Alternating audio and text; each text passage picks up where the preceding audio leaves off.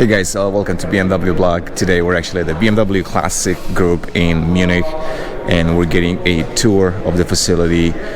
You might have seen some videos before from us, but it's always a special treat to be here and see the history of BMW and some absolutely amazing and exciting cars. So stay tuned with us. We're going to walk around with a guide, learn more about the cars, and as always, do not forget to subscribe to our channel, and we'll see you soon.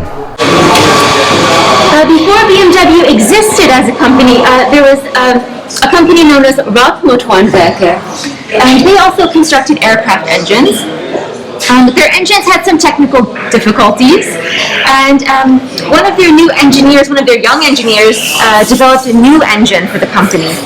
And they wanted to give their new product a good start in life, so in 1917 they changed their name to BMW.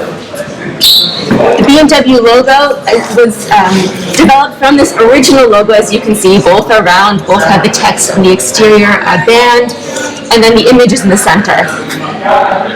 In the center of the BMW logo, you can find the state colors of Bavaria, the same colors that appear on the Bavarian flag.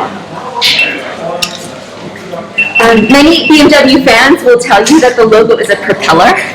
And this is the reason why. This was an advertisement, an international advertisement produced in the 1920s. And as you can clearly see, the logo is directly over the aircraft propeller. So that's where the propeller association comes from. I'm assuming that's not true? Is it true? Yeah, exactly. So there is some truth in it, but the original idea was to use the Bavarian colors. Okay. What year is this? I believe this was 1929. Okay, and that's 1924, so it does predate the propeller picture.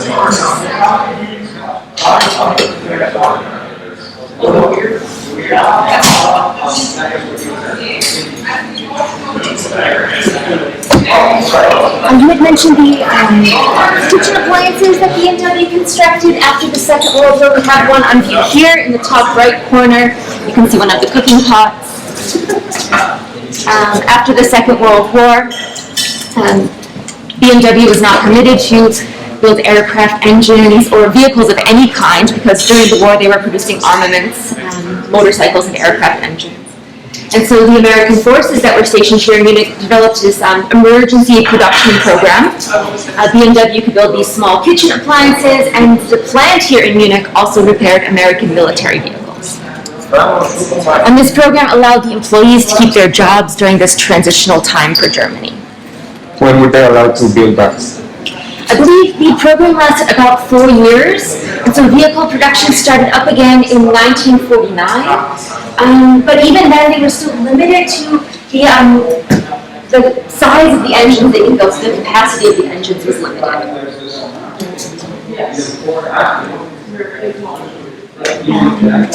And here we have some of the original sketches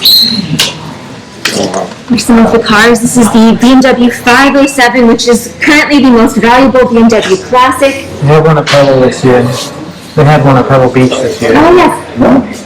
Have you seen the Elvis 507 by any chance? Yes.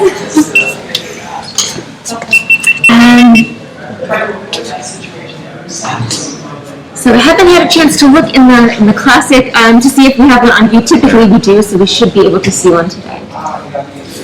Albrecht Graf Goetz was the designer. He was German, but he was living in New York. He was based in New York. So what year was this? The 507 was produced, I believe, between 1956 and 1959. It was only produced for a few years because it was incredibly expensive to manufacture. Was this the first car post the Second World War? No. Thanks. What year is that again? I believe it was 1956 to 1959, so only a few years.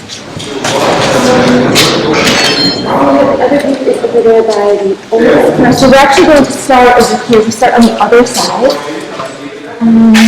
The Classic is actually responsible for the history of BMW and all of its brands. So we have a vehicle collection here. We have 1,400 vehicles in our collection. There's only a small selection in this room.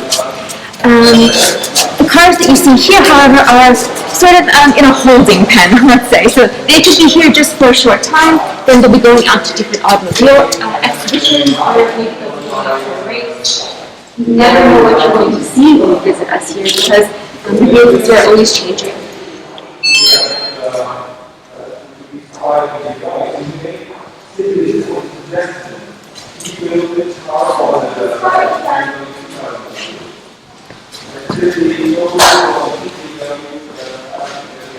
Car road here, so you have enough space.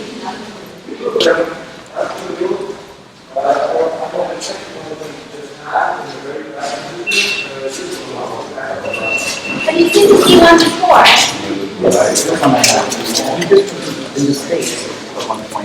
It may have been, it's not a very popular car in the US because of the doors.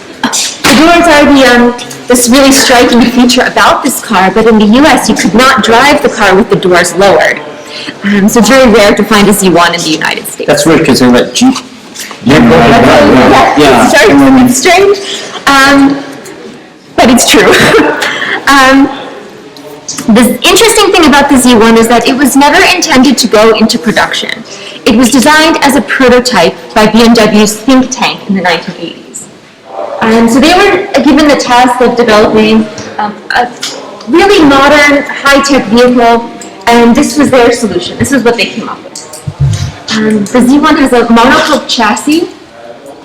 The body is made out of thermoplastic, and the plastic panels could be removed. So you can see these are individual panels here. You could remove these panels and replace them with panels in a separate color, in different color, and change the whole look of your car, which should only take you about an hour to do so. You could also remove all of the panels and drive the car just like that. But as I mentioned before, the really impressive feature about the car was the door. The door actually sinks down into the side sill of the car. Fully electric. You just need the key. The door would raise up or lower. As the door went up, the window would go up with it. And in an emergency, of course, you could always manually push the door down. Only 8,000 of these cars were built. So it's quite rare to find today. And here in the Classic, we actually have an interesting prototype for a Z1. Do you see the green vehicle up there? That was a version of a closed Z1. So a Z1 without the convertible, without the soft top. Almost a wagon version. It looks more like a wagon, yeah. Like the coupe.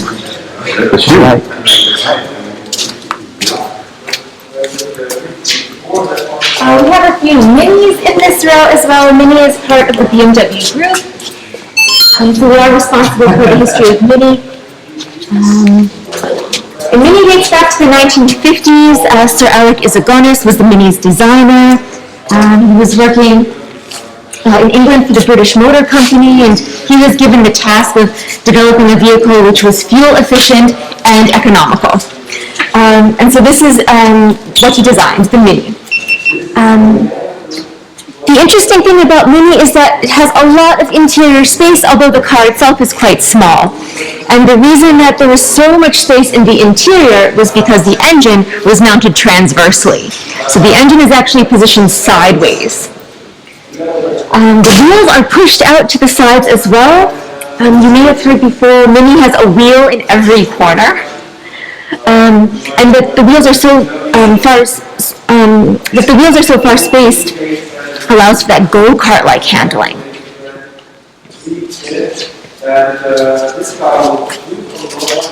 There's a couple of versions of the Mini here, including Mr. Bean a Mini. That's a British version. This was the worst period of Mini's ownership. Okay. British Leyland were a horrible car company.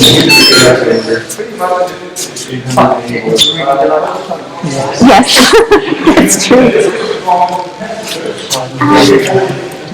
We also have the Zeta here, which you may have seen before. The Zeta was a microcar BMW produced in the 1950s. The Zeta's door is here at the front. So you just turn the handle here, the door opens outward like this. Because of the shape and the way the door opened, it was known as the refrigerator door. The Zeta was actually an Italian car that BMW purchased a license to manufacture in the 1950s. And the reason was, well, in the 50s, BMW was in a financial crisis. After the Second World War, they produced motorcycles and luxury cars. In post-war Germany, people didn't have a lot of extra money for luxury vehicles, so those models did not sell very well. And motorcycles were also not popular in the 50s because in Europe, the motorcycle market actually crashed due to the car's increasing popularity. You talk about the sunroof, about the theory that it was needed because it was like the emergency exit in case of an accident because of the doors. Not like the official car. It is true because in Germany, all cars must have two doors. It's an important safety feature, and so this sort of workaround was to add the soft top. So it was like I was born, the sunroof. Not of as a pleasure, like convenience, but like safety. Well, I couldn't say all sunroofs, but for this particular car, yes. What's the signature on top of the Mr. Bean car? Is that Roman? Yes, it is. You can see my car, Mr. Bean, and you can, I believe, see. It's hard to read.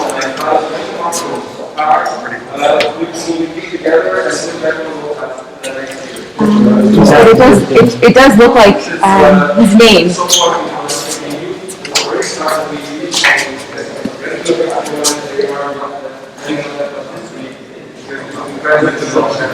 We have the mini pickup as well. Have you ever heard of the mini flying goose? Like what? The mini flying goose was a mini which was converted into a camper.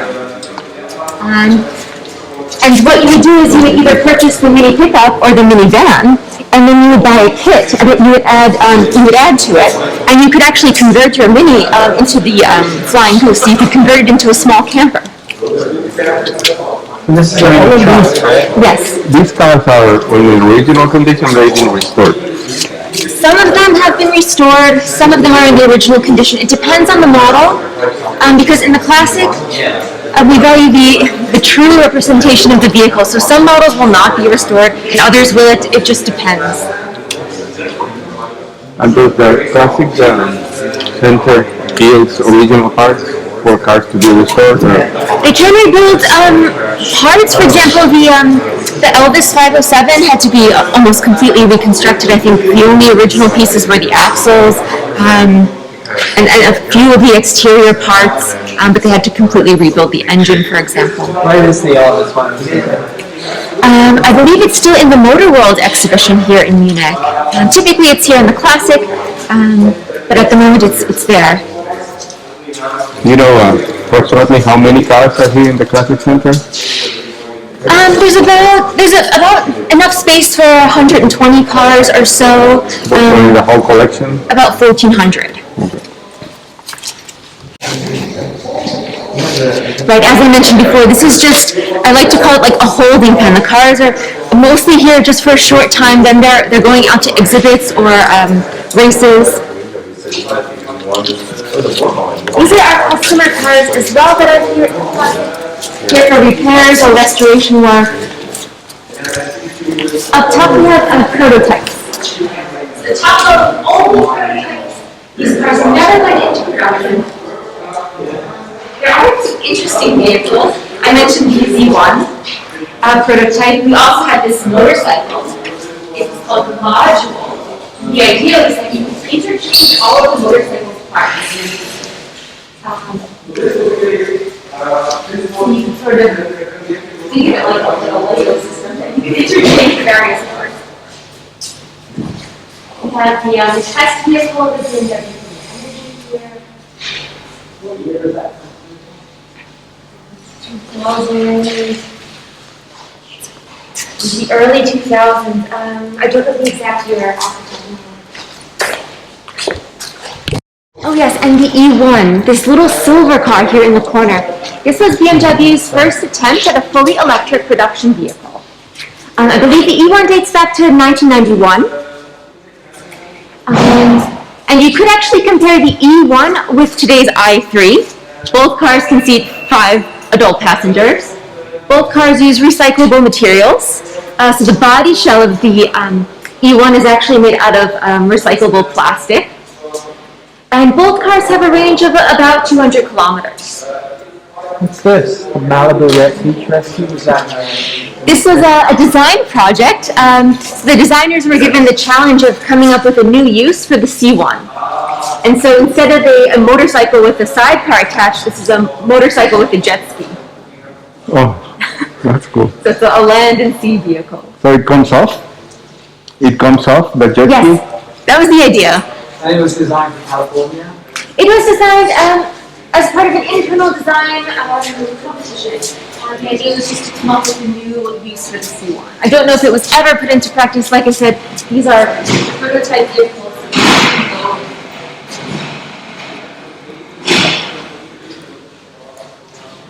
What was the name? Sorry, it's the silver one? E1. Yeah. Yeah, E1 and C1. And the U was again? The E1 was 1991. Thank you.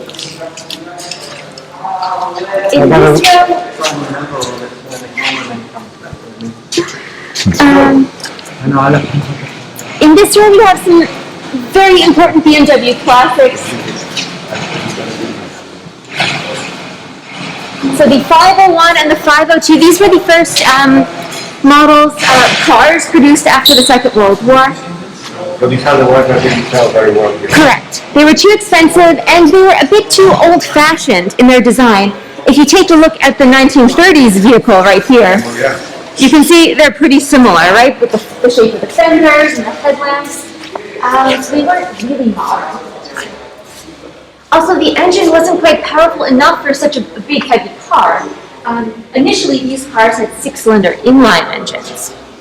After the 507 was developed, then BMW started out with the 502 V8 engine. The V8, the lightweight aluminum V8, was developed for the 507. Yes, the actual police and fire department here in Munich used BMW 501s. This one was also in a television series called Isar 12. It was a Munich-based television series about the police department.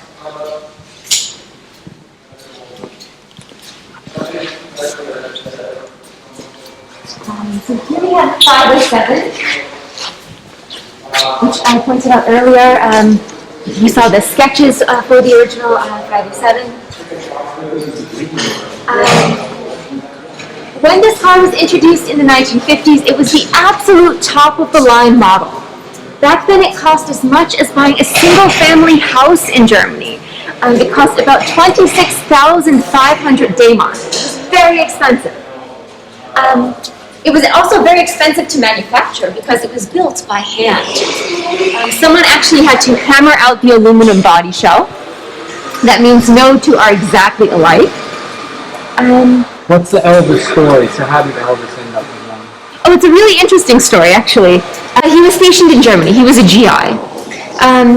He was already pretty famous when he was stationed in Germany, so he was not required to stay at the U.S. Army base. He could live in a small house and then commute to the base. So he decided that he needed a car to get back and forth, and he bought a BMW 507. Then when Elvis went back to the United States, the car went with him, but it was sold. It changed hands a few times. The original engine was removed. It was replaced with the engine from a Chevy. It was used for racing, and over time the connection to Elvis was lost. Then I believe it was in the early 1960s that independent car collector in California, Jack Castor, bought the Elvis car. He didn't have any idea that it had a connection to Elvis. He wanted to use it as a parts car because he had another 507 in his collection. But he never had the time or the money to restore either of his 507s, and they both stayed in his pumpkin shed in California for years. And then actually a journalist was doing some research. That's me. That would be me. And you were able to make the connection through the serial numbers. Yes. That the car that Mr. Castor owned had once belonged to Elvis. And then BMW was contacted. BMW met with Jack Castor and they said, well, we'd like to make an offer to you. We'd like to bring both of the cars to Munich, restore them both for you, and we'd like to put the 507, the Elvis 507, in the museum where everyone can see it. And Mr. Castor agreed to that. Sadly, though, he passed away before he could see the car's completed restoration. So, yeah, he gave the car to BMW in exchange for the restoration of the Elvis car, which he was going to be able to drive whenever he came to Munich, and for the restoration of the other one, 70089, which he was going to take home with him to California and have that one to drive. 1950s car appeared after the 502, also designed by Albert Graf Goertz, so the same designer as the 507.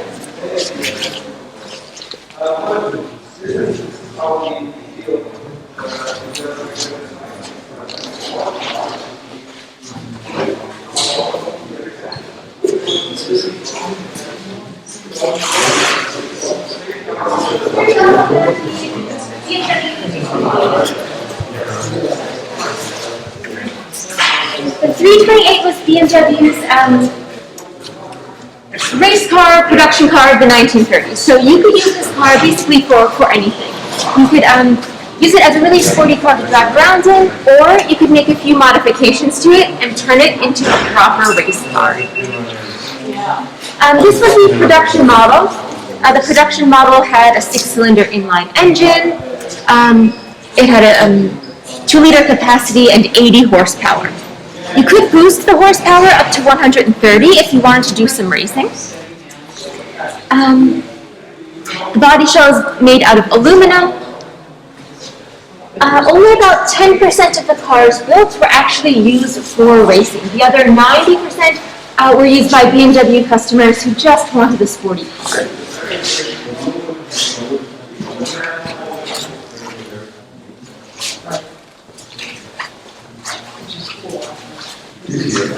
Well, it's easier, but it's also saves embarrassment. The 3-stroke 20 PS was BMW's very first original design.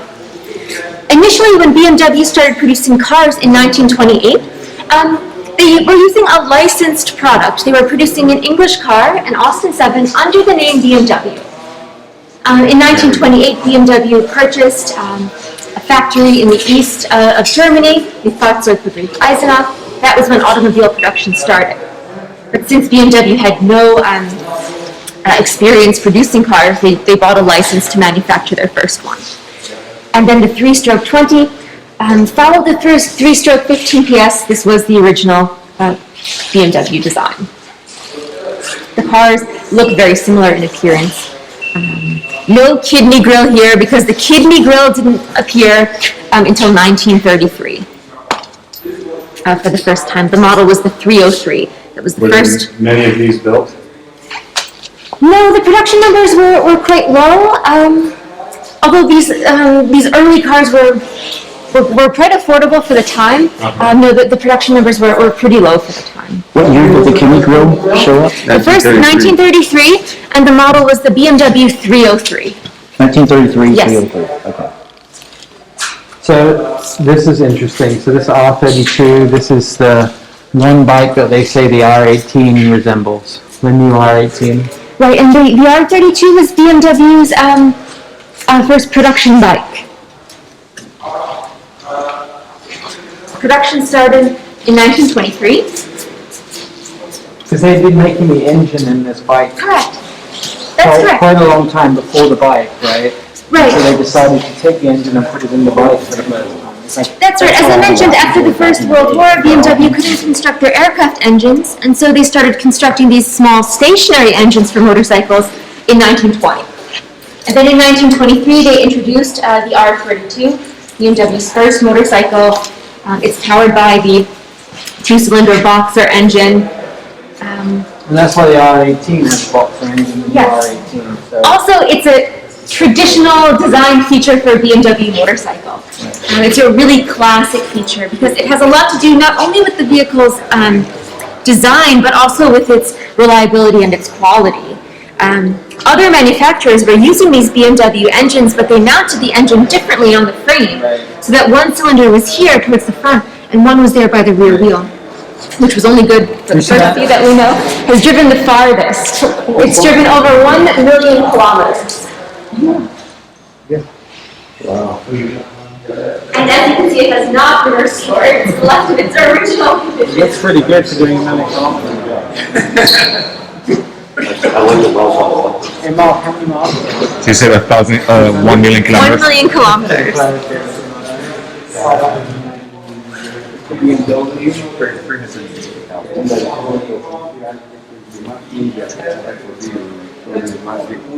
And here in the next row, we have some of the sports cars, some touring cars, and we have the M1 Procar as well.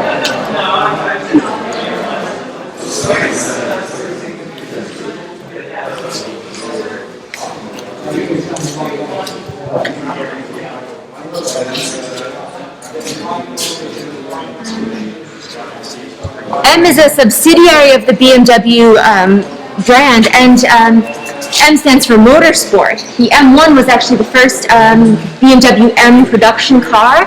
They built 499 for series production. But the M1 actually gained a lot of popularity in the Procar series. So this is actually an M1 Procar. The Procar series was a racing series which took place before Formula One events. And so the top-seeded Formula One drivers, which back in the late 70s, early 80s would have been Nelson Piquet or Niki Lauda, they would have competed against independent teams. And in the Procar series, everybody raced with a BMW M1. This particular car is quite nice because you can see there's some of the sites of Munich scattered around, or actually sites of Bavaria, I should say. Victoria Mark, for example. Right, you have the colors of Bavaria as well. And Oktoberfest, the city government building. Exactly. So you have some of the, the sites of Munich here. This is not related directly to the Classic Center, but the the BMW Well, I think that is the most popular tourist attraction in Munich now. That's what I've heard as well. I believe, one of my More than the colleagues told me Oktoberfest? more than, no, not more than, I don't believe not more than Oktoberfest. More than Neuschwanstein, which is the castle. Which is what the Disney castle is. Before the pandemic, it was between 3 and 5 million people a year, right? Yes, I believe that's, something like that. Something like that. Very, very popular. Then since most of you are visiting from the United States, we have the 3.0 CSL. Very, very popular in the 1970s in the States because in Europe there was an oil crisis. BMW moved all of their motorsport activities to the US. And so the BMW team raced in big races like Daytona and Sebring with the 3.0 CSL. And this car made a really big impact on American motorsport fans. There was actually a production version of the 3.0 CSL, which you can see here in that really bright yellowish green. That's the production car. Yes, that's the production car. This is the touring car. You could have actually purchased a kit to outfit your 3.0 CSL to make it look a little bit more like the touring car.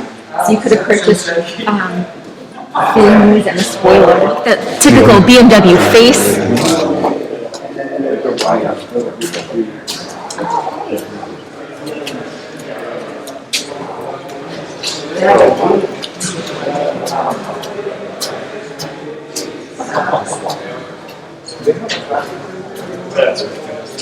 No.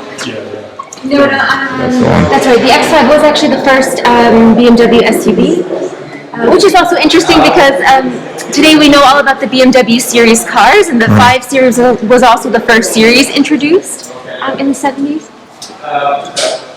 Then the one next to it, that's a 7 Series, right? Right, and we have M5 So that's the M5. Yeah. and the Z8. So the 34 M5. And of course the James Bond Z8. As you probably know, the Z8 was inspired by the 507. Okay. So the idea was to make a modern 507. They have similarities like the shape of the front end, the kidney grille, and the cooling vents, the shark gills. Both cars have V8 engines, although the Z8 actually has 400 horsepower as opposed to 150 with the 507. Then again, we have 3.0 CSL. Correct, the production car. Ganz kurze Frage. Können wir das kurz wegmachen, wenn wir da drehen bei den Roten, dass der frei ist? Also für die Ja, ich glaube schon. Ja. Okay. Ja. So 3.0 CSL here. We go down this row. You also see the 1600 Cabrio. And of course, the first Z3 Roadster. And the famous BMW M3 GT Coupe. To the left, you're getting closer to modern days, so the E30 M3. Moving down to the BMW M530i, built on the E28 platform.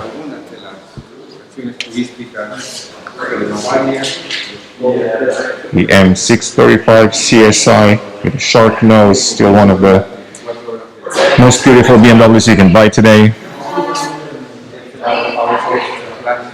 Prices for all these classic cars have skyrocketed in the last few years, and especially the last few months.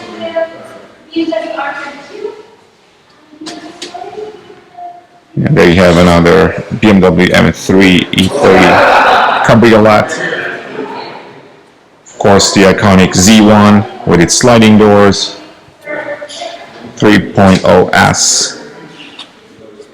Another classic and beautiful design.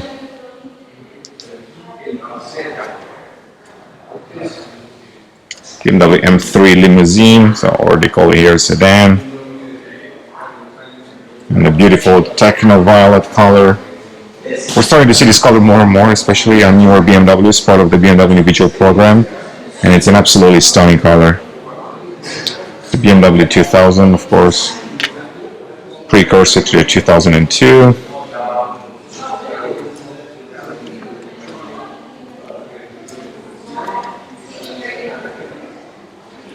There is one more row I want to show you. There's another 3.0 CSL. A lot of racing history behind the 3.0 CS and CSL. So the E9 platform. Now you're looking at the first generation 8 Series. The E31, it's such an absolutely stunning car. It's arguably one of the BMWs that never ages. BMW M1, you might have seen some of the recent models being sold. Their selling price usually goes about $500,000. There were some unique ones even close to $1 million. So that's extremely impressive. Again, M535i, the E12, and the E21 323i. There's a lot of history at the BMW Classic Group, and if you're ever in Munich and if it's open for guided tours, I certainly encourage you to take a look. It's a well-spent hour here to learn not only about the brand but also see some of the cars that you might never see on the road actually.